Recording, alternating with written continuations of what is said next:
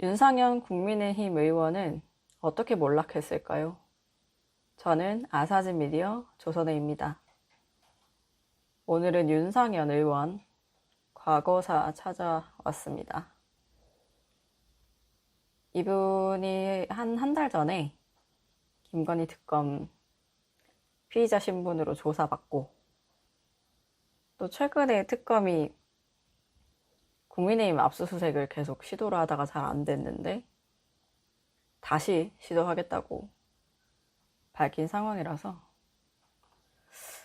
좀 이분이 생각이 나더라고요. 그래서 비상계엄 이후에 윤상현 의원의 헛발질 패턴 정리를 해봤습니다. 의외로 요주의 인물이라고 할 수 있는 정치인의 그 과거 족적, 궤적을 정리한 기사 별로 없더라고요. 근데 언뜻 봤을 때 이분이 왜 이렇게까지 됐을까 생각했을 때 그거를 알아보는 게 좋더라고요. 그래서 써봤습니다. 그리고 이분은 사실 좀 한번 정리를 해야겠다 생각했던 게 비상계엄 이후로 국민의힘이 의원총회, 긴급 의원총회도 많이 하고 그 최고위원들 다 사퇴해서 비대위로 전환이 돼서 그 뒤로 막 의총을 많이 해요. 그때 당시에 제가 국민의힘 출입 기자였을 때 기자들이 못 들어갑니다. 의총장. 처음에 이제 모두 발언 정도 오픈을 하면 그거 정도 이제 받아치고 나와서 계속 기다리다가 의총 끝나면 의원들 다 붙잡고 이렇게 물어봐요. 안에서 무슨 얘기 하셨냐, 어떤 얘기가 오갔냐. 그래서 의총장 앞에 항상 대기하고 있는 게 정치부 기자들의 일입니다. 그런데 꼭 그때마다 너무 피곤하잖아요. 비상계엄 끝나고 다 예민해져 있고 해서 좀 중요한 이슈를 좀 메시지를 봐야 되는데 윤상현 의원은 꼭 한 번씩 다 나와가지고 탄핵은 잘못이고 줄줄줄 이렇게 자기 하고 싶은 말씀을 쭉 하세요. 그러면 이걸 안 받았을 수도 없고 기록이다 생각하고 쓰긴 쓰는데 약간 그때마다 들었던 생각은 저분은 좀 찐이다. 찐의 과거를 좀 정리를 한번 해보고 싶다라는 생각이 늘 있었습니다. 이번에 특검 압색 그 상황을 좀 보면서 이 정도 되면 한번 짚어줘야 되지 않을까. 기사를 쓴 이유와 배경이 좀 길었습니다. 작년 12월 11일 국회 본회의입니다. 계엄 이후죠. 윤상현 의원이 이렇게 말합니다. 대법원 판례를 보면 비상계엄은 고도의 정치행위, 통치행위로 보고 있습니다. 알고 계십니까? 난리가 났습니다. 이 이후로. 당시 야당, 그러니까 거의 민주당 쪽에서 내란 공범, 전두환, 국회에 총을 들고 왔다. 미쳤어? 라는 말까지 나옵니다. 그 시끄러워져요. 본회의장 이렇게 문제 발언이 나오면.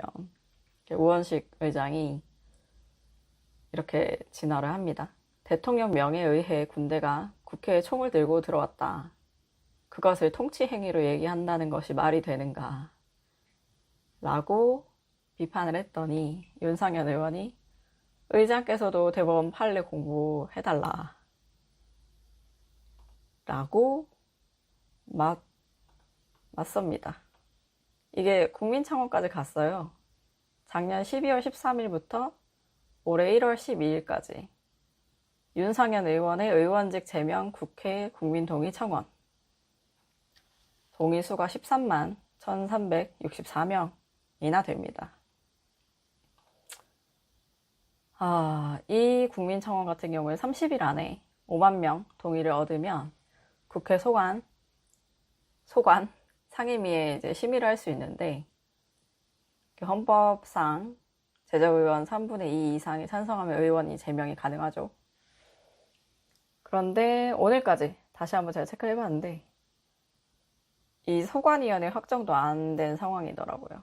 이렇게 많은 분이 굉장히 드문 수입니다. 13만이 넘게 동의를 한다는 게. 그리고 이제 윤상현 의원이 이에 앞서서 본회의 전에 배승희 변호사 유튜브 나가서 12월 8일입니다.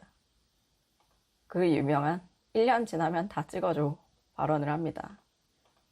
이게 어떤 거였냐면 윤석열 당시 대통령의 탄핵소추안 표결을 앞두고 당시 초선이었던 김재섭 의원과 이제 대화를 유튜브에서 푼 거예요.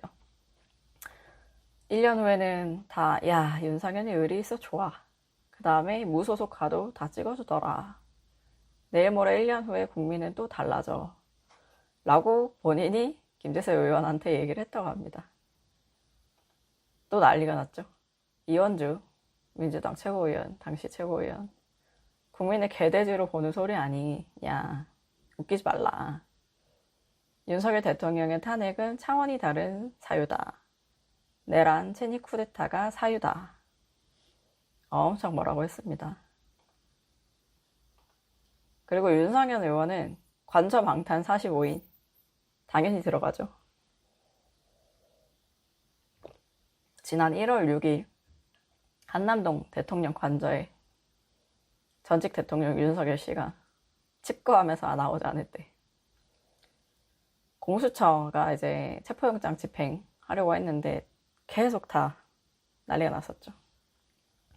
거기 이제 막으로 왔던 의원 중에 한 분입니다. 1월 제가 날짜 수정해야겠네. 어쨌든 극우단체 집회에서 이런 얘기를 합니다. 윤상현 의원이 이렇게 얘기합니다. 탄핵에 반대하고 집회를 하는 것은 단지 윤석열 대통령 안위만을 지키려는 게 아니다. 윤 대통령을 지키는 것은 대한민국 체제를 지키는 것이다. 윤 대통령은 이제 대한민국 체제의 수호의 대명사가 됐다. 대한민국 체제를 지키고 대한민국 미래를 지키고 대한민국의 헌법과 법치를 지키고 대한민국의 상권 분립을 지키는 것이다. 라고 주장을 합니다.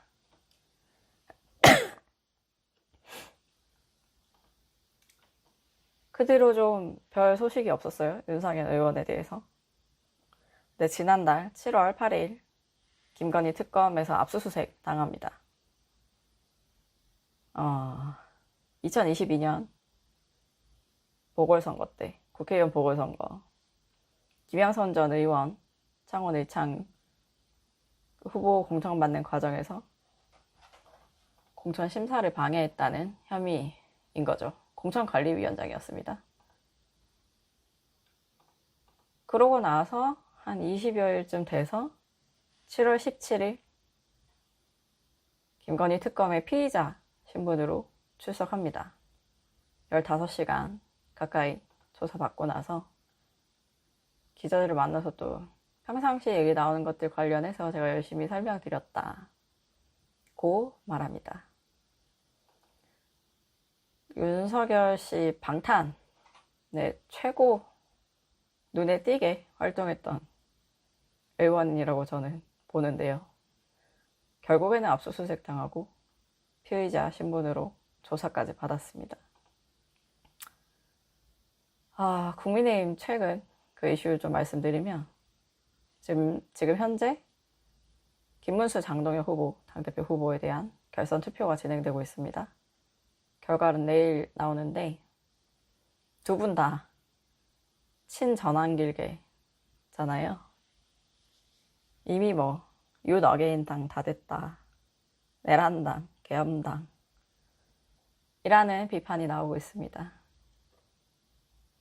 특검이 계속 국민의힘 당사 압수수색을 하려고 했던 건 그 통일교 교인이 2023년 국민의힘 당대표 선거 전에 대거 입당을 했다는 의혹 수사를 하면서 그 당원 명부를 달라는 이제 요청을 한 거죠. 지난 13일, 18일 두 번 국회를 갔는데 압수수색이 안 됐습니다. 지금은 아니겠죠? 김문수 후보가 계속 그 당사 앞에 지키고 있었는데, 그런데 특검이 지난 21일에 압색 영장 재청구 검토하겠다고 없다고 밝힌 상황입니다. 압수수색 금방 하겠죠. 이 김문수 후보가 당대표가 되시던 장동혁 후보가 되시던 지금 극우화 논란에서 자유롭지 못할 상황에 지금 처해 있는데 윤상현 의원에 대한 피의자 신분 조사가 좀 계속 겹쳐서 저는 보이더라고요. 제 개인 의견입니다. 당 전체가 약간 비슷한 그런 처분을 받지 않을까, 그 가능성이 있지 않나 라는 생각에 정리를 해봤습니다. 오늘은 여기까지고요. 내일 또 국민의힘 전당대회 최종 결과 나오면 한 번 더 어떻게 짚어야 되지? 한번 고민해서 찾아오겠습니다. 구독, 좋아요, 댓글 많이 부탁드리고요. 감사합니다.